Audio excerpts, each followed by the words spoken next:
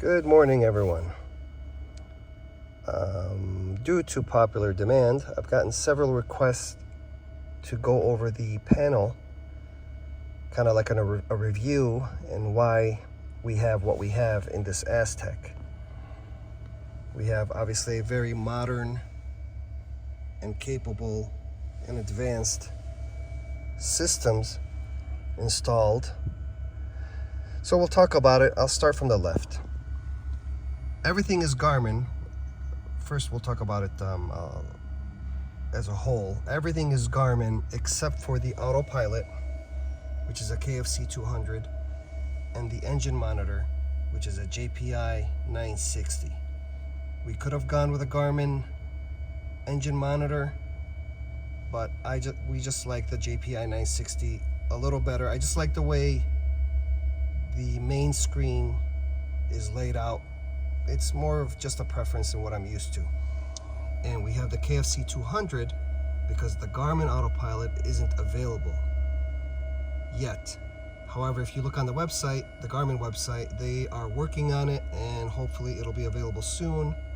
So until then, we have to deal with this autopilot. I have struggled with figuring out how to use this autopilot, mainly because it's no longer straightforward. The way it worked before was what you see here is what it did. Heading, flight director, altitude, nav, back course, approach, up, down, on, off. Everything worked exactly the way it's supposed to. However, because it's an analog autopilot and this is an entire digital system, we had to modify, well, not myself, but the guys over at JA Aviation, the installation. They had to figure out a way to get this analog autopilot to communicate with the digital GPS and MFD PFD. What they did was they installed a GAD 43E, which is a piece of hardware that translates analog into digital, and it changes the way you program the autopilot to get it to do what you want it to do. In general, all autopilots do, they all work the same way. The difference is their capability and the way you program them. So now, for example, in this setup, if we're flying and we're, let's just say we take off and we're going to climb to 3,000 feet and they've given us a heading. The first thing we do after when it's time to turn on the autopilot, we turn on heading mode, we turn on altitude, that's activate, and then the switch goes up and that turns on the autopilot. The very next thing you need to do, well, let me take a step back. Originally, that's all you needed to do. It didn't have an altitude capture in the past. But now, you take one more step. You go to the PFD, you highlight altitude, you enter the altitude you want to go to, 3,500 for example, and then you arm it right here. Once you arm it, this altitude capture turns white. It'll turn green when we arrive to 3,500 and it captures that altitude. You also need to put a vertical speed, 500 feet a minute, 1,000 feet a minute, whatever it is you choose. So that's how you will climb or descend. Every autopilot is similar in one way or another, but what you do is, again, altitude, set the altitude you want, tell it how you want it to climb, and then arm it to capture. And then everything else will happen automatically. So that's what throws people off with getting a different autopilot especially in this setup when it's an analog and a digital system trying to communicate together. So the next time I go fly, that's what I'm going to try, but I'm going to wait for a sunny day. Although I'm current and proficient in hand flying in IFR, I don't want to be testing autopilots on a day when there's clouds. I want to do it on a sunny day, and I'll just go do a bunch of approaches, all kinds of different kind of approaches, to make sure I feel 100% comfortable.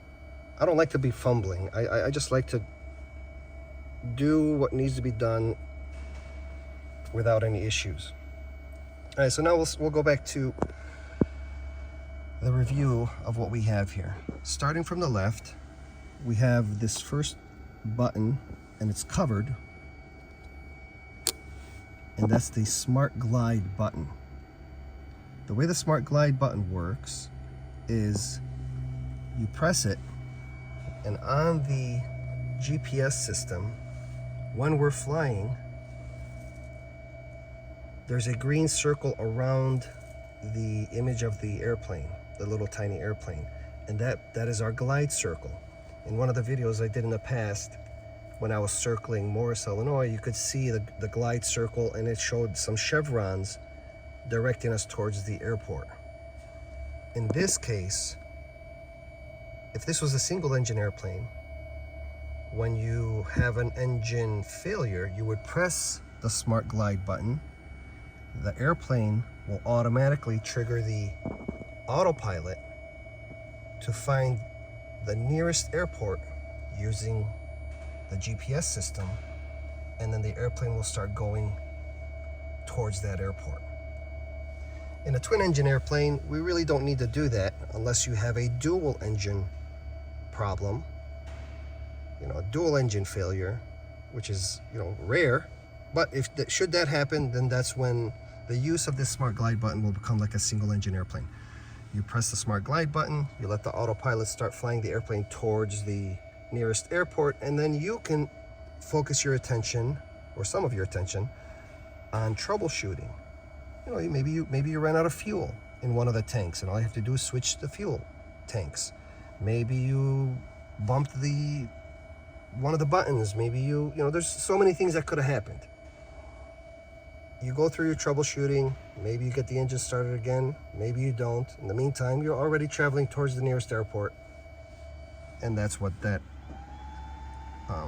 feature does. Below it, we have I can't see it very well. I want to say the correct thing. Door seal pump. Excuse me. The door seal pump is this outer edge, this rubber stuff on the door. That's what seals the cabin to make the cabin quieter. So we turn on the door seal pump. The buttons are right here. Pneumatic pump, door seal activate, and that inflates and seals the cabin. Below it, we have the de-ice boots. That light will come on when you activate here's the ice stuff, the de-ice boots. That light will turn on, indicating that the de-ice boots are activated and working. And it kind of has a sequence that it goes through. They don't all blow up at the same time. The props have heat. That's a different button. Pop the ice. But the boots, there's a sequence, and I don't know it by heart, but I think it goes left wing, then right wing, then stabilator, then tail, and anyway, it goes around and around, and they all take turns inflating and popping the ice off the surface. Below that, we have the alternator lights. That'll indicate if we have an alternator failure. We have two alternators in this airplane, so left and right. We have USB plugs for powering, your electronics. We have 3 plugs in this airplane for the headsets. We have a direct Bose plug, which is powered. So if you have a Bose headset, you no longer have to buy batteries. You just plug into that one as long as you have that type of plug, and then you get power from the panel. Otherwise, if you have a regular headset, you plug the mic where the mic goes and the phone where the phone goes. Below here, this is where the hand microphone is plugged in, and that's where you would use this microphone instead of a headset. Although it's not very practical, because even though the cabin is sealed pretty good and this airplane is quieter than most light twins, it's still loud in here, and it's not practical to be talking on that thing or not using a headset. All right, below that white gauge is for the prop de-ice, making sure, letting you know that it's active and running. Next to it, you have the vacuum pump. The vacuum pump is, here, let me pull this, get a better view. The vacuum pump is what the ice boots, what inflates the ice boots and makes that work. Next to that, we have a carbon monoxide detector. The carbon monoxide detector also has a few little fun extras, like an altitude alerter, a timer, and stuff like that. All right, let's see. Right next to it, we have these two little displays, and these are called RADs, Remote Auxiliary Displays. That's what RAD stands for. And that right there is showing us some of the information off of our engine monitor, like a manifold pressure, RPM, and it kind of toggles through the information that you would just look over here and see, but at a quick glance, you can see it here. This little G5 is a 6-pack, basically. You can fly the airplane using this gauge, just a backup. It has a 4-hour standby battery in case of a failure of the main PFD MFD. And PFD is the primary flight display, MFD is the multifunction display. That you have to press here, and you can split the screens, and then you have your 6-pack and flight controls here, and then you can set up lots of things here. I usually keep it on a map, or as looking for traffic, or when I'm flying in bad weather, that's where I turn on the onboard weather radar, and I have it showing here. All right, let's see, what else do we got? Let's move over. So, well, since we're up here, we'll move over to the right. This is the GTN 750 TXI. There's two of them next to each other. These are the GPS and radios for the airplane. This is how we set up our flight plans. This is how we change the channels when we're communicating with ATC, our transponder. These things are amazing. Everyone who has these loves these. It's the most amazing piece of equipment that Garmin has made. I mean, all the Garmin stuff is awesome. Obviously, I love it. That's why I have all Garmin. And this is probably my favorite piece of equipment after the engine monitor. I really love the engine monitor. The engine monitor tells you everything you need to know about the airplane and how things are running, so it really gives you a lot of confidence in the airplane. And we'll get back to that. Over here on the co-pilot side, we have two G5s on top of each other. That's so if I have a co-pilot, or when I have a co-pilot, they don't have to look over like that to see the flight controls. They have their own systems to watch, their own displays to see, and they can fly the plane from the right seat easily. When you come over here, that's our ELT. When you come down here, we have, again, plugs for the headset. You have an in for music. I don't listen to music when I'm flying. We have another USB plug for electronics. And then you have all your circuit breakers. It's a good idea to, if you don't memorize where they all are in an airplane, at the very least, you should remember where the autopilot is, which circuit breaker manages that one. Because in case you have a problem like it's happened in the past with an autopilot, they call it a trim runaway, or it's doing something you don't want it to do, and your autopilot disconnect doesn't stop it from doing what you don't want it to do, then the next thing you do is you can pull the circuit breaker. And it's the fifth one from the right is how I remember in this airplane. Alright, so then let's move over a little. We have the cabin heat control right there. It's just a knob that raises the heat or lowers the heat intensity. The air conditioning. So the air conditioning in this airplane, let me get a better view right there, is a system that we installed. You may see in some of the older videos that I posted. We installed an AC unit in the cargo compartment, and then it blows the cold air into the cabin through those vents. So it doesn't go throughout the whole airplane, it just comes through those vents in the back. You turn it on from here, and I have a remote control that manages the temperature intensity of the cool air coming in. All right, we're back here at the autopilot. So the autopilot, this is the control head. I discussed earlier how we do that, and then this is what I call the scoreboard. So the scoreboard is what, every time you press a button here or here, you go to your scoreboard, you make sure that it's indicating the choices you made so that there's no ifs, ands, or buts about what is happening. If you're in altitude hold, altitude better be indicating, otherwise you are not, it's not doing what you think it's doing. All right, let's see what else we got here. All the buttons, you know, these are just as they are what they're labeled.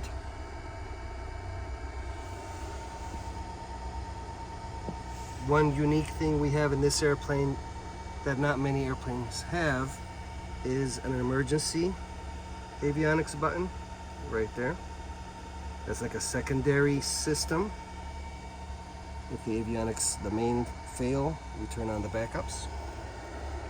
And then here we have the throttle, props, fuel mixture, and you have landing gear, flaps.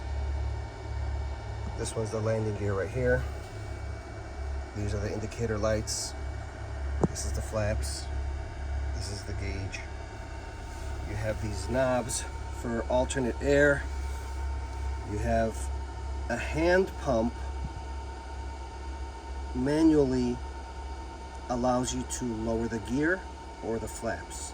This airplane is hydraulic. These systems are hydraulically controlled. We have 2 hydraulic pumps in this airplane. Not all Aztecs have 2, but this one does. But if they both fail, then you can manually do those things. All the way down here are the heat controls and the alternate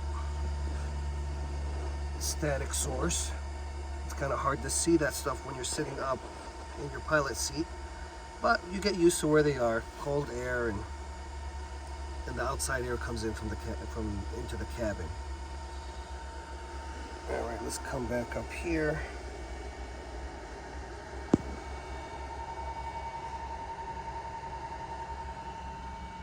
Up here you have a reading light. You have, this is where the outside air comes into the cabin. These knobs control how much, opening and closing those things. This is the trim and rudder trim controls. And then the same for the co-pilot side. If we come further up, this is just a speaker. Instead of using the headset, if you're using the microphone and the overhead speaker. And then what's awesome in this installation are these buttons here. This is a dome light, but what I love about what JA and Chuck specifically did is they have a panel dimmer right here. The other day when I was flying, and it was the first night flight I had, these got very dark and I had to go into the menus to turn on, get the lights back up. All I had to do, if I remembered, but it was new so I didn't remember, was turn this knob, and that would have raised the lights. You have avionics here, dome light, and then trim lights, which are these little lights right here that light up these buttons.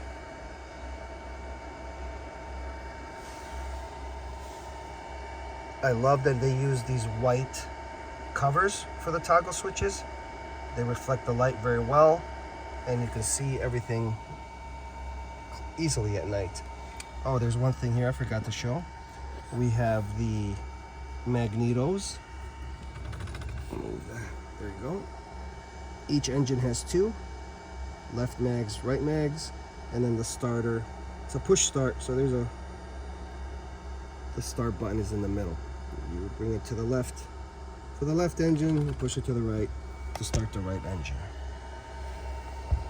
I think that's pretty much it. We do have a traditional whiskey compass.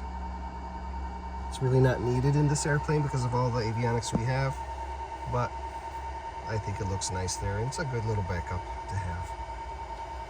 I think that's pretty much everything I can think of. I may have forgotten something, but that is the avionics in this Piper Aztec. Why did we go with all of these things? Well, this airplane is used for work, and we travel all across the country to our offices, so we need it to be capable. It's not a toy, it's not a vacation or a fun asset that we have. It's used for work, so we need it to be capable, and I believe it is. Can you do what, or can you in another airplane get what we have here and spend less money? The answer is yes. You don't have to have all Garmin. There's many companies out there, and you can choose. Even if you stuck with Garmin, they have different options. You don't have to have this large display, or this one, or this one. They have medium, they have small. There's so many options that you can go with that allow you to kind of get what you want in your airplane to fit your budget. But we chose to go with Garmin. We're used to Garmin. It's dependable. So that's what we went with. The final piece of the puzzle will be when we get the GFC 600 autopilot. That's when we already cut out. It'll go here, and then here we're gonna put what's called TXI buttons. A row of buttons that will control all the avionics. Currently these are all touchscreen, and you can use the knobs, but then we're gonna add a row of buttons here that can help you control all of that. But when we have the Garmin autopilot, because the Garmin autopilot is a digital autopilot, that's when the installation and the usage of that autopilot will be straightforward. We won't have to, there's not, like this current system is modified. We had to make it fit. There's extra steps that you have to take to make it do what you want it to do.